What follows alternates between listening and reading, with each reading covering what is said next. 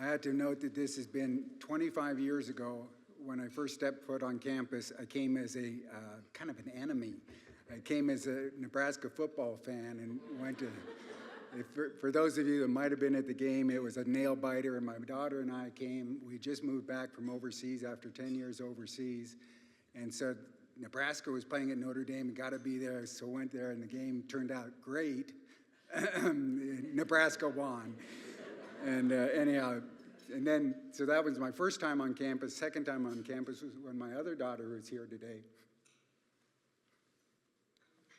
came for a basketball skills camp. It did not lead to a scholarship.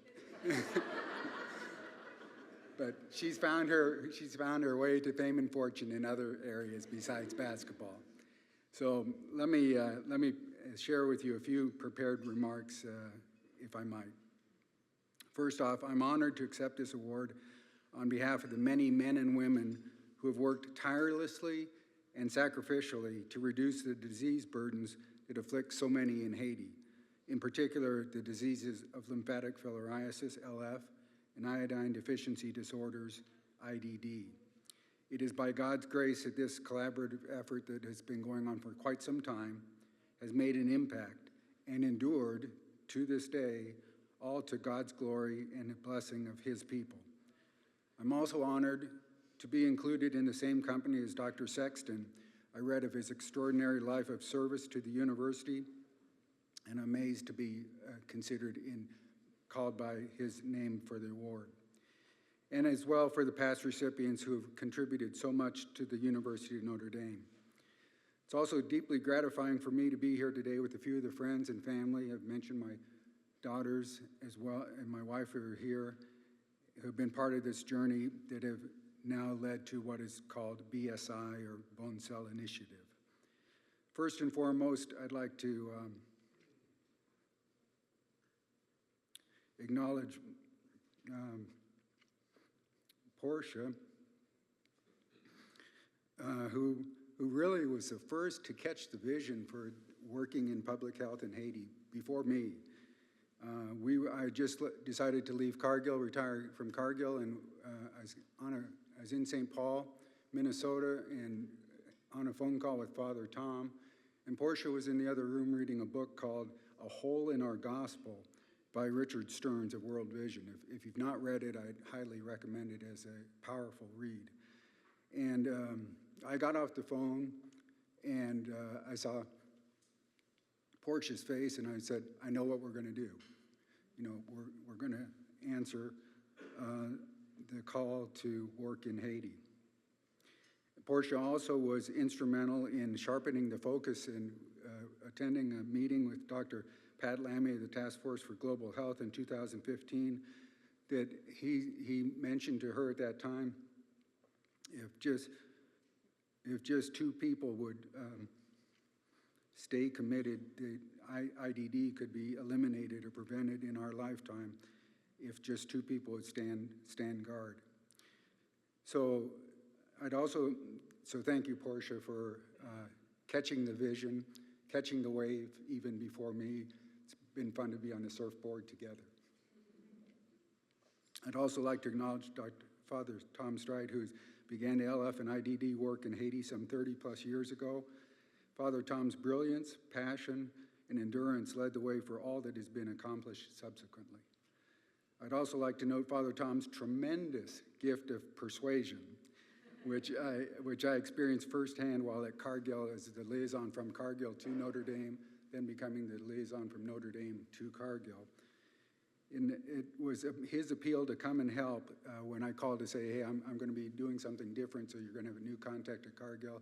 And Father Tom says, I've just been praying that someone would call to help us with a problem we're having at the plant in Port-au-Prince.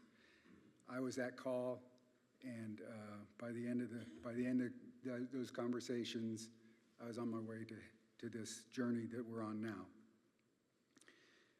There are many other names I could and should mention, including benefactors and partners that shared the vision, walked the walk, and made it possible to keep moving forward.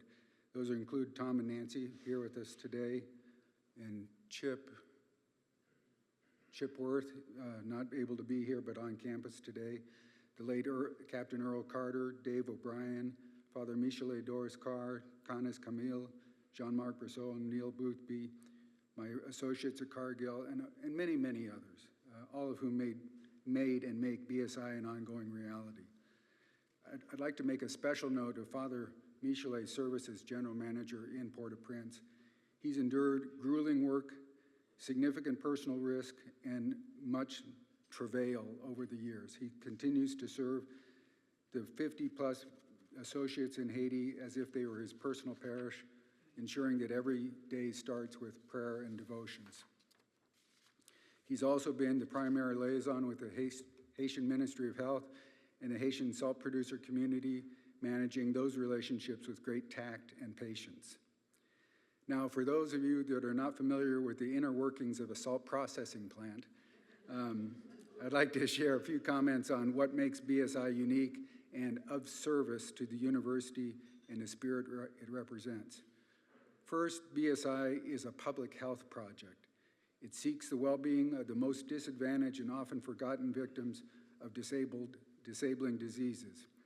LF and IDD are diseases that lead to a lifetime of impairment and struggle.